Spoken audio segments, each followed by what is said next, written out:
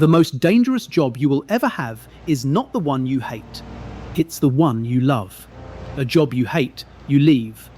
A job you love takes your evenings, your weekends, and your home life, and you hand them over yourself. Nobody has to ask. I know. I did exactly that, and I'd have told you at the time I was happy. This is case file number 4. Every job charges you a price. Not your salary, the thing it takes that you don't get back. Most people are paying a bill they never agreed to, because nobody showed them where to look. So here's what I'll give you. The only 3 choices you have when a job starts costing too much. Why the one that feels safest is the most expensive. And a 2-week audit that tells you in numbers what your job is charging you right now. There's a video going round at the moment arguing that a good enough job is fine, that work doesn't have to be your passion. It's a decent argument and I mostly agree with it. The top comment underneath it disagreed and got more likes than anything else on the thread. It said, having a passion that also happens to pay well is luck. Most people's passions don't. That comment is right, which is exactly why "Is this my calling?" is the wrong question. Most people never get one. The question has to be one you can answer whether you got lucky or not. I've had 3 jobs that most people would call good. 1 made me happy and took my home life. 1 I couldn't stand and I said nothing for 3.5 months. And 1 I told the truth in, knowing what that would cost. 3 jobs, 3 completely different decisions. And it turns out that's more or less the whole list. In 1970, an economist called Albert Hirschman worked out something that applies to every job, every relationship, and every organization you'll ever be in. When something you're part of starts going wrong, your options are almost embarrassingly few. You can leave. He called that exit. You can speak up and try to change it. That's voice. And here's the interesting part. Hirschman's 3rd word was loyalty, but he didn't mean staying quiet. He meant the attachment that stops you walking out, which is exactly what makes people speak up instead. In his model, loyalty is what produces voice, which left a gap. The most common response of all didn't have a name for another 13 years, until researchers added it: neglect. Staying and saying nothing, exit, voice, or silence. And which one you pick has almost nothing to do with how bad the situation is. It has to do with what each one costs you. I spent years walking into companies, auditing how they ran, and watching how decisions actually got made. Different industries, same handful of moves, every time. So this isn't about whether your job is your passion, it's about what it charges you. And there's a reason almost nobody looks. For 20 years we've been told to follow our passion. Do what you love and you'll never work a day in your life. There's a name for what that turned into: workism. The belief that your job should supply your income, your identity, your friends, and your sense of being a worthwhile person. All of it from one place. And nobody sold us that. We adopted it because it flattered us. Because here's what happens when your work becomes who you are. You stop reading the bill.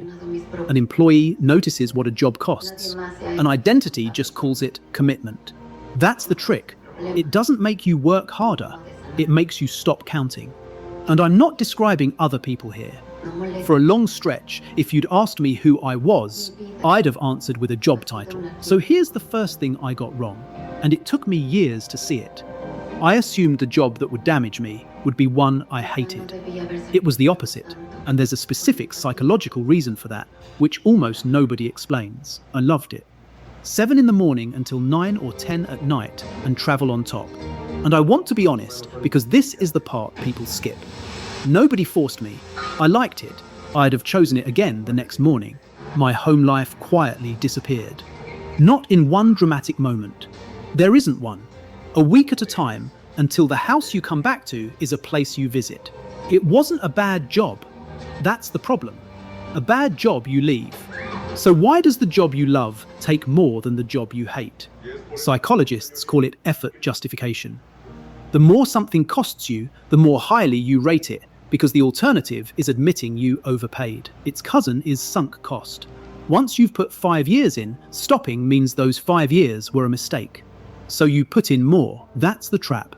The cost creates the loyalty, not the other way round.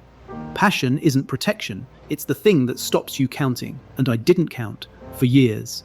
I could have told you my targets to the decimal point, and I could not have told you the last time I'd been home for a full weekend. And before anyone thinks this is an argument for quitting, it isn't. People are in their jobs for completely different reasons, and none of them are shameful. I'm not handing you one answer, but there is one mechanism underneath all of it, and it showed up in the next job I took. That one cost me something I didn't know you could lose. And I did it to myself, in complete silence, for 3.5 months, second job. I disliked it. It took me away from my family, and the people above me were making decisions I couldn't influence. I said nothing. Every time. That's neglect. The option Hirschman didn't name. And here's what surprised me. The silence made me hate the job more than the job did. That has a name too. Learnt helplessness. Martin Seligman found that when your actions stop changing outcomes, you stop acting, and keep not acting long after the situation changes. And then, 50 years later, he partly overturned his own finding. The passivity isn't the thing that gets learned. It's the default. What you learn is control, which means it can be learnt back. Silence compounds. It's never neutral. Every time you hold back, you train yourself in the same lesson, that speaking up changes nothing. But I didn't go fully quiet. And this is the part that saved it. I couldn't fix the people above me, so I stopped trying. Instead, I showed the people around me what I knew. And my own job got easier, because the work coming to me got better. I didn't know the theory at the time, but that's exactly how helplessness lifts.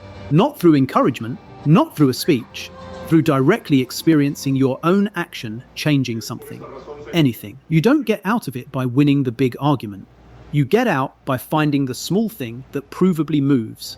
Third job. This time I used voice. I wrote something honest and sent it upward. This wasn't a report about numbers. It was about whether people got home safely. I knew before I sent it that silence would have kept the job. Not long after, my role was reorganized. I'd priced it. That's what pricing it means. And that's the honest thing about Hirschman's 3 options that nobody says. None of them are free. Exit costs you money and security. Voice costs you standing, and sometimes the job. Silence costs you the least today and the most over time, because it compounds. And there's one more price that doesn't show up on any of those lists, because it doesn't arrive as an event. It just wears you down. Effort with no recognition. You try, you do good work, nobody says anything, and you watch someone louder get the credit, or the promotion, or just the nod in the meeting. There's a name for this too. Researchers call it effort-reward imbalance. High effort, low reward, and reward doesn't only mean money, it means esteem, being seen. It's one of the most reliable predictors of burnout there is, and the reward half matters as much as the effort half, which is why doubling your hours and doubling your recognition don't feel remotely the same. That's why you can have a job that isn't unreasonable on paper and still come home empty. It isn't the workload, it's the silence coming back the other way. 3 jobs, 3 decisions, 3 prices, and that 4th one running underneath all of them. Which leaves the question the career books skip. If every option costs you something, how do you know which price is worth paying? A good enough job isn't one you've stopped expecting fulfillment from. It's one where you know the price and you'd agree to it again. Not do I love it? Not is this my calling? Just what is this costing me? And did I agree to that? So why does almost nobody sit down and work that out? 2 reasons, and they're both psychology.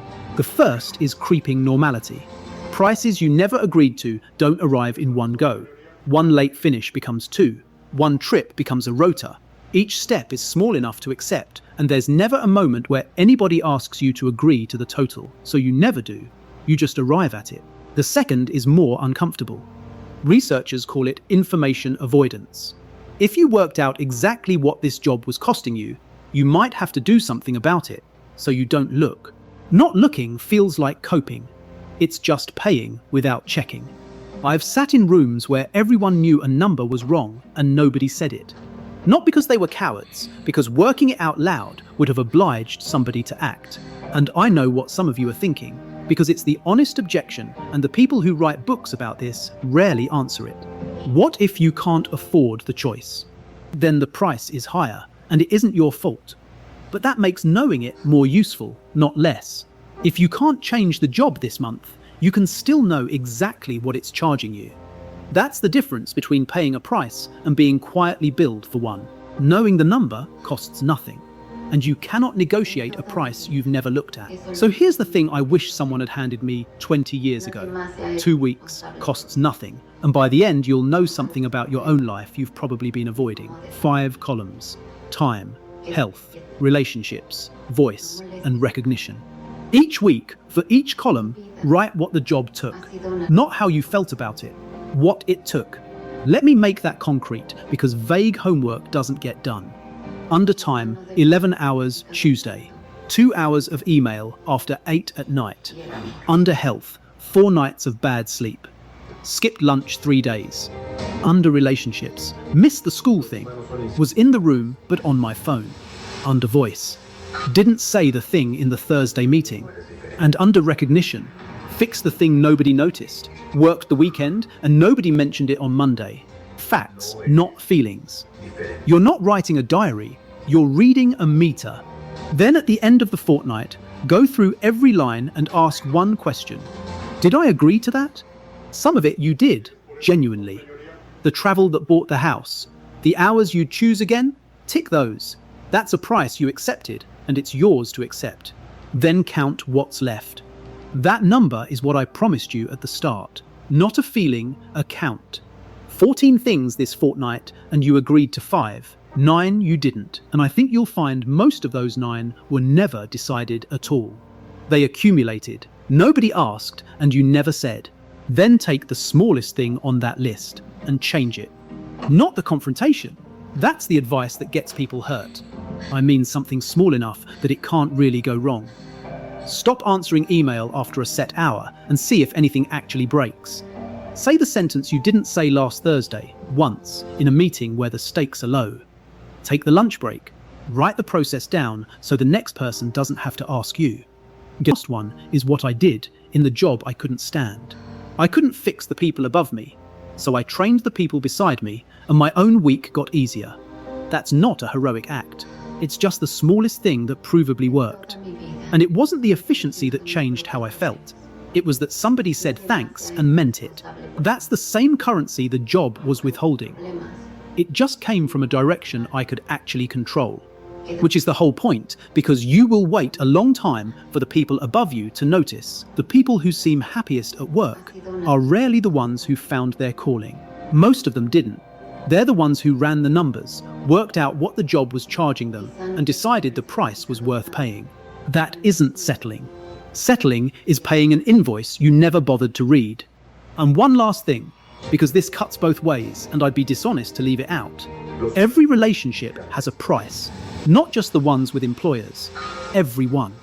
And it's never a one-way street. So while you're working out what the job is charging you, it's worth asking what you're charging everyone else. The people at home who got the version of you that was still half in a meeting. The colleague who covered while you were somewhere else. That's not guilt, it's just the other column. A ledger with one side filled in isn't an audit, it's a complaint. So don't wait 2 weeks to act. Pick one of those small things and do it on Monday, and start the ledger the same day. Because by the time you've got a fortnight of evidence, you'll already know the thing that actually matters, whether acting changes anything. And that was always the real question. Change the smallest thing. Not to fix the company. To remind yourself you still own the pen. Next case file lands next week. It's the one about why the quiet workplace is usually the dangerous one, and why fewer complaints almost never means fewer problems.